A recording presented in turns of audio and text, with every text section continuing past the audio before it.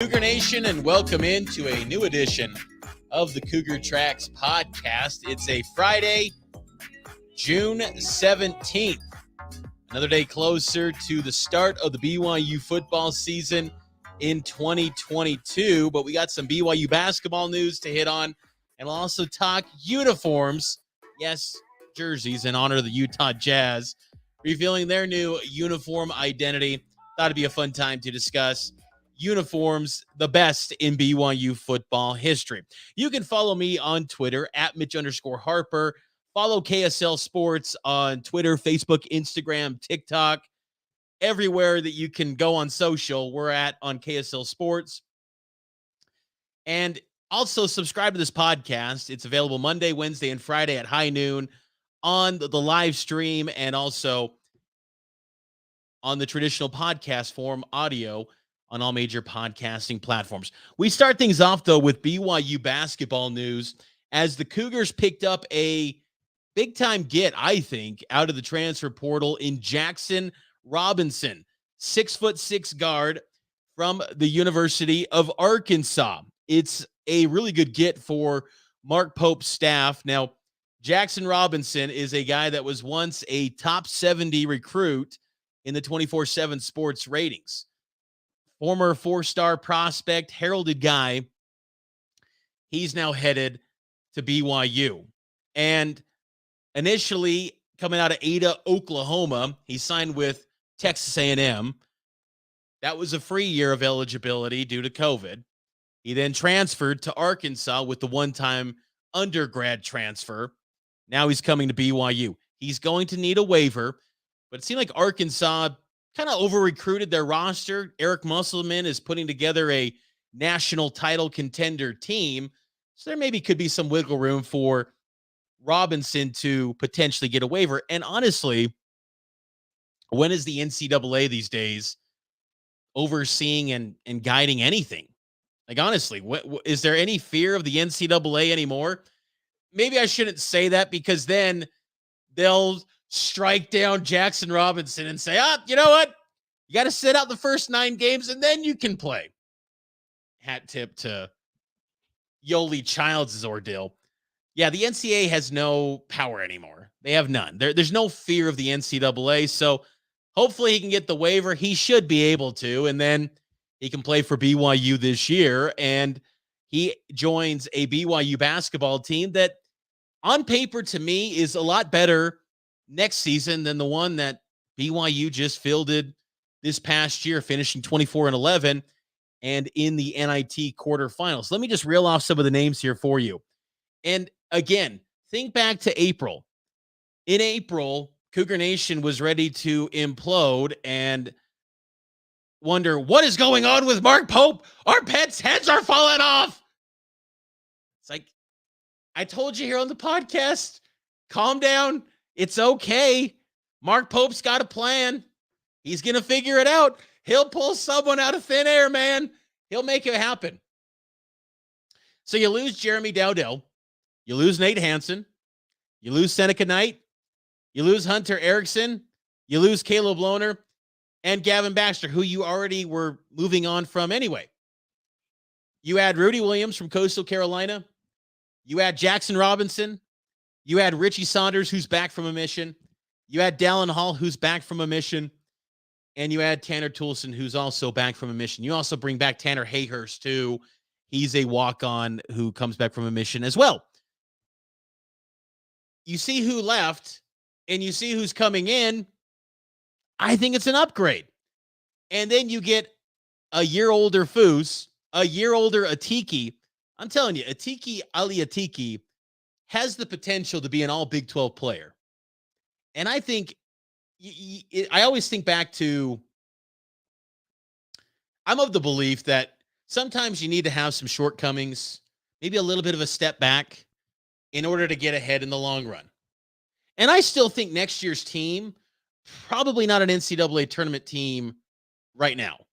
I would still say an NIT team. That's my opinion, because you're in the WCC. You've got limited opportunities for quad ones. You're going to have a robust non-conference schedule again, but I'd still say NIT. But I've always thought that it's the long game, playing to the Big 12 era. And I love that Jaxson Robinson is an undergrad. So you're talking about a guy that could potentially, if he wanted to, have 3 more years at BYU. I think you've always got to look at transfers, though, as a one-year guy. That's, to me, the approach you look at it with transfers anymore. You can't just assume, oh, they'll be around for the next 3 years and he's going to play with Colin Chandler and they're going to have the best backcourt ever. You can't think of it like that. It's a year-by-year deal. But I think for this year, and I think with the program that BYU has in place, I think they should be able to impress Jaxson Robinson and give him the minutes that he's craving. I mean, that's what I like about Robinson, too. On the surface, you'd say, oh, third program, third year. That's not good. But then you factor in 1 year with A&M was COVID year, a newcomer, a 17-year-old young guy. And then in Arkansas, he was a young guy, just didn't crack into the rotation. I think that it's going to be, if Jaxson Robinson can get the early playing time and have success, he will thrive at BYU. He'll be like Alex Barcelo in that sense where never dreamed of going to BYU, but if you get early success and you crack into the rotation and you realize, oh man, this fan base is amazing. Oh, wow. It's a different place than I'm used to, but this place has a lot to offer. Oh, there's NIL opportunities. Oh, there's this and that. So BYU will be fine. And I always think back, too, to Bronco Mendenhall when he talked about transfers. He's like, you want to give them the chance to have success early, because if they don't, then it could get homesick and then they want to leave. So if Jaxson Robinson can play and gets the waiver, I think he's due to have success. And I just think this roster is better next year. I do. I mean, who are you losing sleep over that you lost? I'd lose sleep over Caleb Lohner. I also thought Hunter Erickson, if given more opportunities, could have been better. But remember, he was not a Mark Pope recruit. He had 2 years, and for whatever reason, Mark Pope, he didn't crack into the rotation that much. Lohner's a loss to me, but he was a liability last year. He had to go to the bench. And I think Mark Pope brings him back into the starting lineup because, well, they needed to, because there were so many injuries, but then two, try to make him happy to get back in the good graces of wanting to be back at BYU. It all works out, though, in the end, because to me, you give the minutes, the time to Foose, to Atiki. That's your front court. You're not deep in the front court by any means, but point to me many years where BYU has been deep in the front court. 2 years ago when they had Harms, they had Harward, they had all those bigs. It was nuts. I mean, that was an outlier. This is more your typical BYU rosters paired with guys that need, that I think have big potentials. Sam Wilder writes on YouTube, BYU still needs a big. I agree. If they can get that Noah Waterman from Detroit, that would be a nice addition. He's kind of an unconventional big. That's got to be the last roster spot. You go get a 6'10", 6'11" guy. Easier said than done, I know, because those guys just don't, they're not hanging around in the portal forever. But I got to imagine Pope is going to be able to get someone. And, I think that Cahill Fennell and this staff, Cody Feger, Nick Robinson, all things considered, this roster is a upgrade to me from last year. I'm high on Trey Stewart. I think watching him in a lot of practices last year, that guy gave Alex Barcelo a ton of good looks. Defensively, he's going to be really good. His offensive game, I don't have much intel on at the moment. There wasn't anything offensively that flashed to me when I watched Trey Stewart in practice, but defensively, he gets after it. And I think he could be an all defensive team type of player. And maybe you need that. Maybe that's going to be his role, because you comb through the roster and you go, who's that lockdown defender guy? Maybe that's Trey Stewart. Trevin L, talked to him a couple weeks ago, and we played that interview on KSL News Radio. He had some great insight. You got to go listen to that on the Cougar Sports Saturday podcast, which I highly recommend subscribing, which, by the way, noon to 3 will be on the air tomorrow. We're going to have 24/7 Sports, Josh Pate on to talk Jaron Hall and a whole lot more. But Trevin L talked about how the focus this offseason more than ever is that best locker room in America. And he candidly said There was a lot of guys last year that just were not bought in. Everyone that's here in the program right now is what he said, wants to be here.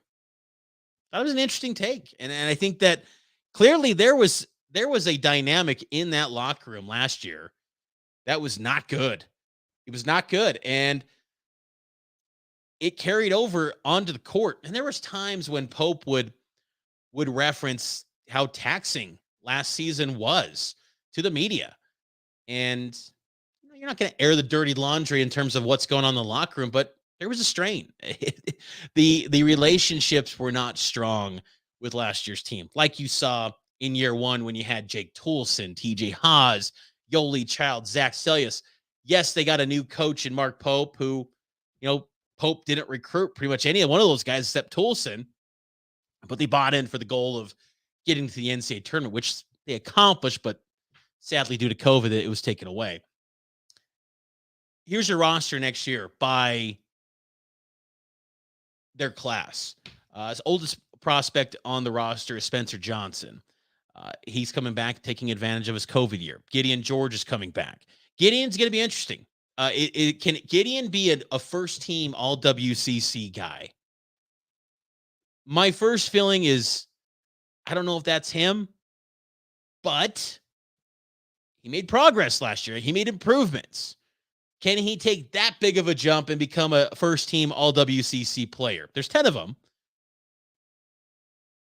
If BYU wants to get to the big dance, he's got to emerge as an all-conference guy. Rudy Williams joins the backcourt. Senior. I think he'll be a nice one-year guard for BYU. I think he'll do a nice job. Trevenell.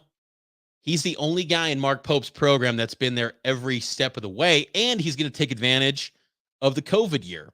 So he will be this season a junior. Jaxson Robinson, he comes in as a junior, but again, he could be a sophomore, technically.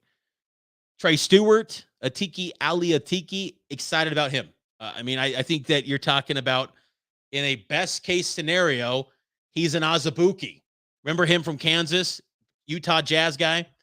Udoka Azubuike. He's that type of player. In a best case scenario, the potential, still very raw, still growing, still learning the culture and learning, growing, living in the United States on his own. And English is the secondary language. But I'm expecting big growth from him. Foose, going to be awesome. Foose, though, will be interesting because there was times last season where he hit a freshman wall. But by all accounts, man, he saved BYU in so many games last season. Casey Brown comes back as a PWO. Richie Saunders, Dallin Hall, Tanner Toolson, and then Tanner Hayhurst. One more spot remaining. You got to go get a big.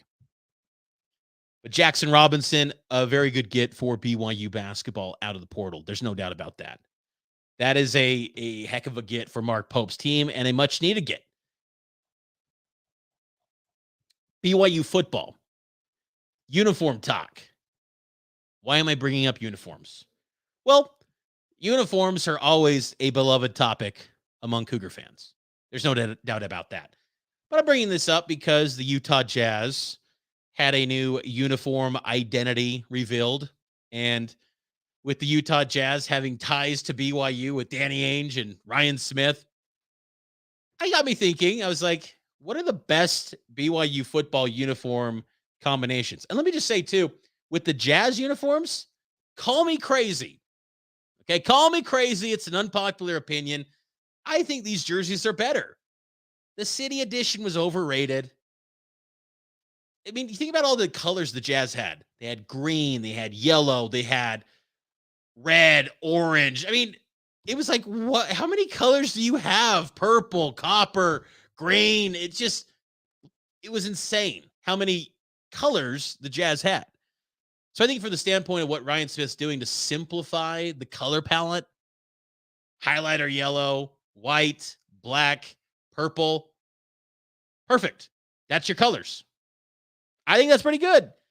And seeing Jordan Clarkson in those uniforms, I thought the jerseys looked better than just simply seeing a plain uniform. That's typically how it works. When have people ever liked uniforms when they're revealed? I think there's always, it's like social media 101. You have to hate the uniform reveal of any team that's ever unveils a new jersey. I swear that always happens. But I think the Jazz new looks good. I think Ryan Smith's doing a nice job with that look. BYU football uniforms, I think, are in a good place. And BYU will have some tweaks this year, I would imagine. There's been some rumblings of it. You've seen the Beat Digger Coug on the Y in the workout attire. Sure, that could potentially be factored in somehow, some way. Billy Nixon, Josh Hewitt, they're going to do some great things, I would imagine. The game that I look at, I'm very curious for with BYU when it comes to uniforms, just looking ahead to 2022. What do they do for the Shamrock Series? Because you think about BYU or you think about those Notre Dame Shamrock Series games, typically Notre Dame brings out a crazy uniform. The opponent typically does too. Is BYU going to roll out something kind of crazy? Something cool? I'm curious to see that. But the best uniforms in BYU football history, in my opinion, here's what they are. Okay. These are the best of the best BYU football uniforms. Number one to me. Well, let me go top 5. I'll go from number 5 to number 1. How about that? Okay. Does that sound good? I see all of you watching on Facebook, YouTube, and Twitter. Share your comments. What's your favorite uniform? You can share those live. Let me just say the worst uniform is the 2004 Threads. 2004, where they had like white sleeves, the tan, Vegas tan and blue stripe, blue jersey in the middle. That was a bad look. No names on the back of the jersey. Not a good look. Terrible uniform. You look back on it and just go, that was awful. Number 5 to me is the navy blue jersey with white pants and the navy blue helmet. People were not a fan of the navy blue helmet, but I thought that thing was fire last year. I don't think they won a game in the thing. I think all their losses, except for Boise, were in the navy blue lid. Or actually, they wore navy blue for against Boise too, and Baylor and UAB. Oh man, it's the cursed helmet. But to me, that's a really good look. I like the navy blue a lot with that navy blue helmet. Not the old navy blue helmet, the modern one that Billy Nixon and crew rolled in. Number 4, I would have to go with the 2013 Royal Blue. Okay, 2013 Royal Blue. It was, correct me if I'm wrong, but to me, my untrained eye on uniform study, it had like this pastel looking blue. It looked good. Like I was hyped for it. Like I'm like, yeah, the break injected into the veins, Royal Blue, let's go. But it was almost like this pastel-y blue. It was different than some of the others that I'm going to mention. 2013 and 2015. 2013, they wore it against Utah. And 2015, they wore it against East Carolina. 2009 checks in at number 3, which is the jersey they wore against Utah and Oregon State in the Vegas Bowl. That jersey was sharp. With Andrew George is still running, 2009. And I remember that game too in 2009. BYU, they kind of leaked the surprise. They were trying to go Notre Dame style. Remember, Notre Dame would sometimes bring out a green jersey. I think they did against Boston College back in the 90s. I can't remember. But they surprised everyone by just coming out of the tunnel in green, and the whole Notre Dame stadium just erupted.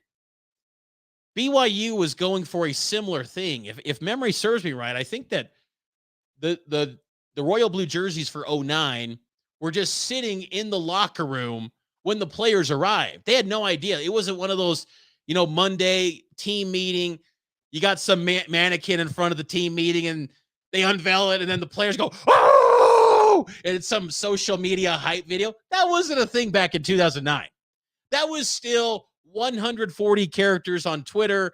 Twitter was on text message. They weren't chasing the clout back then. It was like, oh, by the way, guys, there's a royal blue 25th anniversary 84 jersey in the locker room when you get to LES. Go beat Utah. But they come out in warmups wearing the royal blue pants. And I'm standing next to the tunnel and I'm seeing like, hey, they're wearing royal blue pants. What? They're wearing royal blue. It's coming back. It's like, guys, you got to come out in the navy blue. I know it's inconvenient, but you got to go out in the navy blue pants. And then you go back to the locker room. And then you get in the royal blue threads. And then people would have gone crazy. But anyway, I like those jerseys a lot. Those are number 3. Number 2, 1996 uniforms. 96, the blackout letters. Crazy fact on those. Okay. So for the longest time, it can't say today years old. I found this out last July. For the longest time, I always thought that the shadow on the numbers was black on those 96 jerseys. The team that went 14-1, Steve Sarkisian, Ronnie Jenkins, for those of you that aren't familiar with it. I thought those jerseys were black shadows. I looked at close-up on them. They're actually navy blue. I had no idea. And those jerseys are awesome. That Y on the side, classy look. They brought it back a little bit for the alumni game this past March with Team Federic. Sharp look. And I love, too, on the pants, just a solid white pant. That's it. I like that look. I don't need the stripe. I mean, I'm okay with the stripe, but I don't need it. I thought that was a clean look. And, 2, I think it ushers in the Nike era on the logos. BYU's always been with Nike since the 70s, late 70s. But first time was 1996 where you saw the Nike logo on BYU's jersey. And ever since, it's been there. Number 1 jersey to me is the jersey BYU wore against San Diego State in 2019. Zach Wilson, he's got the white helmet, royal blue logo, white jersey, royal blue numbers, royal blue pants, white stripe on the side. That is the look, the best look in BYU football uniform history. The best. I will say the royal blue helmet was incredible against USC. Against the other games, it kind of fell flat for me a little bit. I thought I would like it a lot more than I probably wanted to. I'm not a huge fan of the blue lightning lid. I got to say, I like the matte look better than blue lightning. And the matte look was kind of, it was meh. Like it was solid. Like I'm not trying to knock it, but it looked amazing though against USC. That game, the photos in that game are just kind of unreal. That tunnel walk, the Coliseum, it's pretty much empty. Just Jaron Hall's rocking the blue lid. That whole look, if you're playing USC every week, wear that matte royal blue helmet every time. Otherwise, I don't need it. And I don't really need the blue lightning lid. I just got to say, I'm not the biggest fan of that look. Maybe I'll like it better when it's in a game. But early returns, I'm not feeling that. I like the matte one better. But it didn't even crack my top 5. But that's my list. You can dissect it as you will. Sam Wilder writes, Blackout is the swaggiest. See, I'm not a fan of the Blackout. The Blackout jersey, to me, I don't ever want it back. I don't need it back. I don't want it back. Maybe if you have a creative new design, maybe you can sell me on it. But that one that was just brought out of the closet in 2020, I think it was gathering dust. Really, I mean, it was 2016. They wore it against Utah State. They just sat in a storage unit. And then after BYU played North Alabama, they say, we're bringing out the Blackout jerseys. Yeah. I don't need the Blackout uniform. That thing can be laid to rest. That's not BYU to me. Honestly, if I'm going to go with something that's not the BYU colors, I would go with something that, like the old school back in the 40s when they were wearing orange. If you want to do something crazy like that, that's the direction I would go. It reminds me of when Colorado State, they trotted out some orange threads in honor of their old uniforms back in the day. They don't have orange in their color scheme, but it was a tribute to the past. If you wanted to do a non-BYU color, that's what I'd do. That's probably an unpopular take. Doing an orange BYU jersey, but that's what they once wore back in the 40s. Orange is the new black. That's right. That is right. I think that's going to do it, though, for this edition of the podcast. Again, tomorrow, Cougar Sports Saturday will be on the air on KSL News Radio. Also, coming up later today, I will be at the All Poly Camp. So if you are there and you're watching this, I will say hello out in Sandy. Going to go check out All Poly. They're going to throw on the helmets, the pads. I'll have a report from that on KSLSports.com. So be on the lookout for that. But until then, I will talk to you on this podcast coming up on Monday. We'll have some more summer school.